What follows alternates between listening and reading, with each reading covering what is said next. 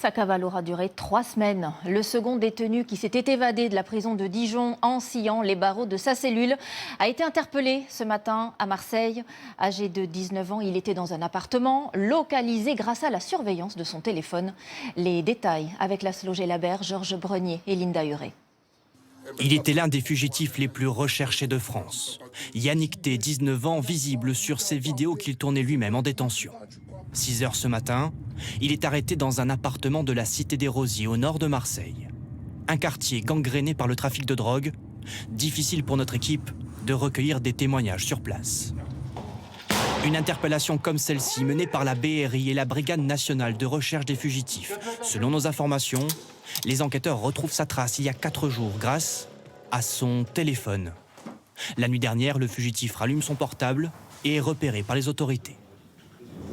Activement recherché, Yannick T faisait l'objet d'une notice rouge émise par Interpol, l'Organisation internationale de police criminelle. Pour les agents pénitentiaires de la prison d'où il s'était évadé, il y a très peu de possibilités pour qu'il revienne dans cet établissement, au vu des éléments passés. À l'issue de sa prise en charge par le service de police, il va être fléché vers une autre structure.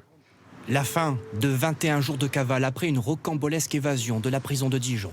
Le 27 novembre dernier, lui et un autre détenu de 32 ans scient les barreaux de leur cellule avec une lame en métal. À l'aide de draps, ils franchissent un mur recouvert de barbelés, se cachent vraisemblablement dans un buisson et attendent l'ouverture de la porte principale pour se faire la belle. Yannick T était incarcéré depuis octobre 2024 dans cette maison d'arrêt vétuste pour tentative d'assassinat et association de malfaiteurs. Un profil dangereux selon le procureur rencontré il y a 2 semaines. Sans repère, en errance, sortant de détention, ayant déjà un petit peu tanné le cuir avec un certain nombre de faits de nature crapuleuse. Donc c'est quelqu'un qui présente le profil qui accepte facilement pour quelques milliers d'euros d'exécuter un contrat criminel. Le jeune homme de 19 ans risque toujours la prison à perpétuité pour sa tentative d'assassinat. L'autre évadé de 32 ans, lui, avait été rapidement retrouvé à 70 km de Dijon, dans ce bar de la petite commune de B, où il buvait tranquillement un café.